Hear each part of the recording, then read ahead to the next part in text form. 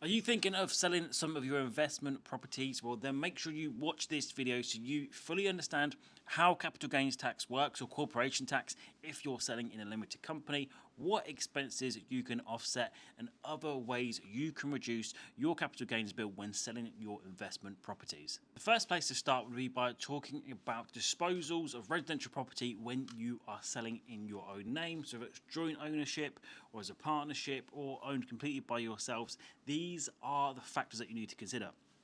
So capital gains tax, first off, understand what your capital gain actually is. If the property is an investment property, you've never lived in it, it's relatively straightforward because there'll be no reliefs that apply. It'll be a case of taking into consideration your actual cash purchase price. So what did you purchase the property for, 10, 20 years ago, depending on how long you purchased it.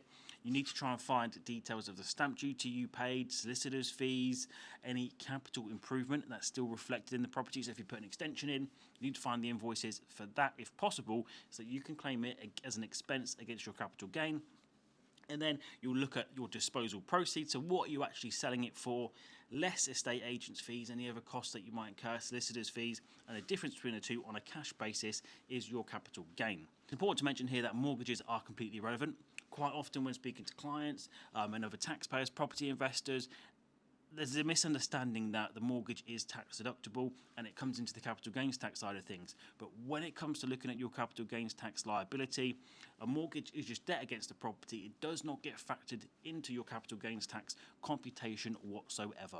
You literally look at cash purchase price, cash sales cost, any cash that any cash expenses you've incurred, solicitors' fees, capital improvement. Difference between the two is your capital gain. As I mentioned, if you've never lived in the property, there's no reliefs that might be available, such as what we're going to cover in a moment. And essentially, you'll get that end figure, so whatever your capital gain is, and that will be taxed at either 18 or 24%, depending on whether you're a basic rate or higher rate taxpayer.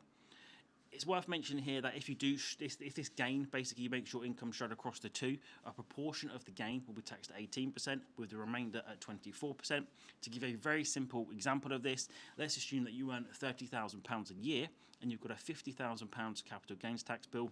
Roughly that first £20,270 will be taxed at 18% as it uses up your basic rate band. And the remainder, just under 30,000, also will be taxed at 24%, where it falls into your higher rate band. And that really is a very simple way of approaching it, but that's what you need to know. It can get a little bit more complicated where you're selling a property that you previously lived in, because there will be a couple of different reliefs available, most notably your PPR, primary principal residence relief, and potentially lettings relief if you actually let the property out whilst living in at the same time. It used to be a case of, well, actually, if you didn't live in the property but let the property out, you could claim lettings relief, but it really changed the criteria for this, where you actually have to be living in the property at the same time you let it out.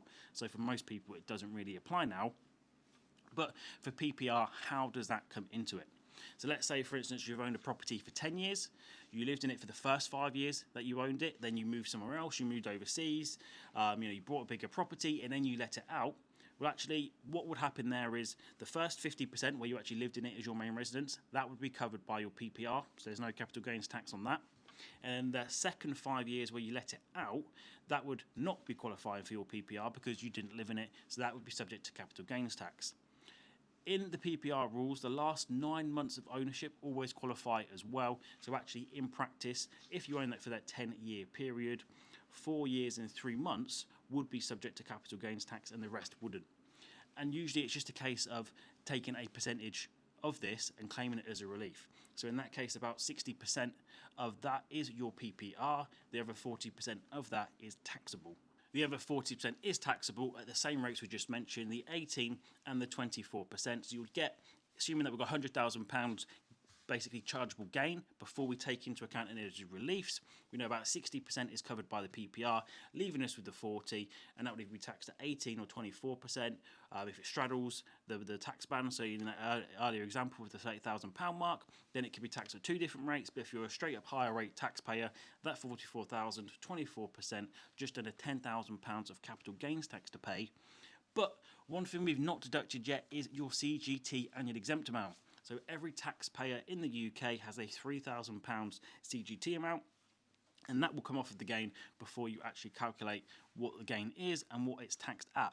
So carrying on from that example, if you've got a £40,000 gain, we would claim the CGT annual exemption, bringing it down to £37,000, then that's what you would actually pay tax on. It's important to note that you, as a married couple, have one of these each. So if a property is jointly owned, you can claim that twice effectively to bring that capital gain down to 33,000, which would then, effectively, if it's joint at 50-50, would be split between both of your self-assessments and you'll pay tax on that. Where you're selling property in your own name and you've got a capital gains tax bill to pay, it's important to mention that you do need to file a CGT return within 60 days of disposal in most cases, especially if there's tax to pay and you're not claiming any reliefs. If the gain is qualifying for PPR and there's no tax to pay, you do not need to worry about it. You can just declare it on your self-assessment. But where there's tax to pay, where there's no PPR, you will need to file this within 60 days. Otherwise, you'll be getting a £100 penalty from HMRC. And there we have it, guys. That's how CGT works when selling investment properties in your own name. Now, we're going to take a look at how it works for a limited company. For a limited company, the first place to start is to essentially ignore capital gains tax, because a limited company doesn't pay capital gains tax. What it does pay is corporation tax on its capital gains. Sounds confusing, but don't worry about it. Essentially, all of the same mechanics and principles apply as we originally spoke about in the first part of this video when it comes to selling property in your own name, in that you need to look at cash. Okay, property, what did it cost? Cash, what expenses have I incurred? What am I selling it for? What can we deduct? When it comes to limited companies, there's no reliefs available. There might be indexation relief, but in practice, that doesn't apply in most cases. So it's just a case of looking at the cash on a cash basis. What is your capital gain? There's no annual exempt amount. And then whatever that amount is chargeable to corporation tax and essentially added in with your other profits. So if you've already got £50,000 worth of profits, that's taken up your small profits threshold, which means that on that, if you had £100,000 capital gain, for instance, in your limited company, there would actually be 26.5% tax payable based on those numbers, because you'll be paying marginal tax on that, which is a 26.5% rate.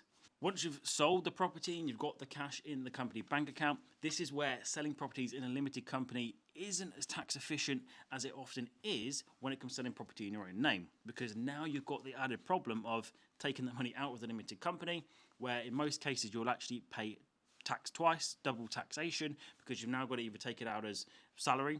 You've obviously got the 12,570 you can take out. For most people, you've probably got a portfolio of rental income. You're still taking it out, or dividends, or repayment of directors' loans.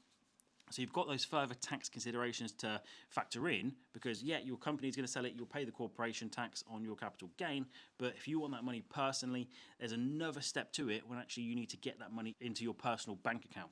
Whereas when you sell it in your own name, you pay the capital gains tax and then the money is yours. There's no double taxation. What we've helped some clients do is actually offload their entire portfolio, especially if you've got HMOs or you've got property in separate SPVs. Selling the shares in a limited company can be a great way for you to reduce your tax. Actually, it gives some tax benefits to the buyer as well in terms of lower stamp duty. But because you're no longer selling the individual property, actually what you're selling is the shares in the limited company. The same principle applies in terms of calculating the capital gain on the shares, basically subscription price less what you actually agree to sell them for. The capital gains tax rates are the same now as well. They've mirrored them up, 18 and 24% on shares. But actually, because you're only selling the shares, as soon as you sell that, you pay the tax on that gain. The money's in your bank account. So quite often we see it where the tax bill is actually a lot lower for property investors selling their entire portfolio as a single deal, selling the shares in limited company, because you've not got to pay that tax in the company and then pay it again to get the money out, or if you're winding up the business, basically paying capital gains tax again if you do a members voluntary liquidation or something like that. So there we have it, guys. Capital gains tax, how it works when selling a property. Any more questions on this, drop them in the comments. I'd love to help you guys understand tax and, most importantly, understand how to pay less of it. Bye for now.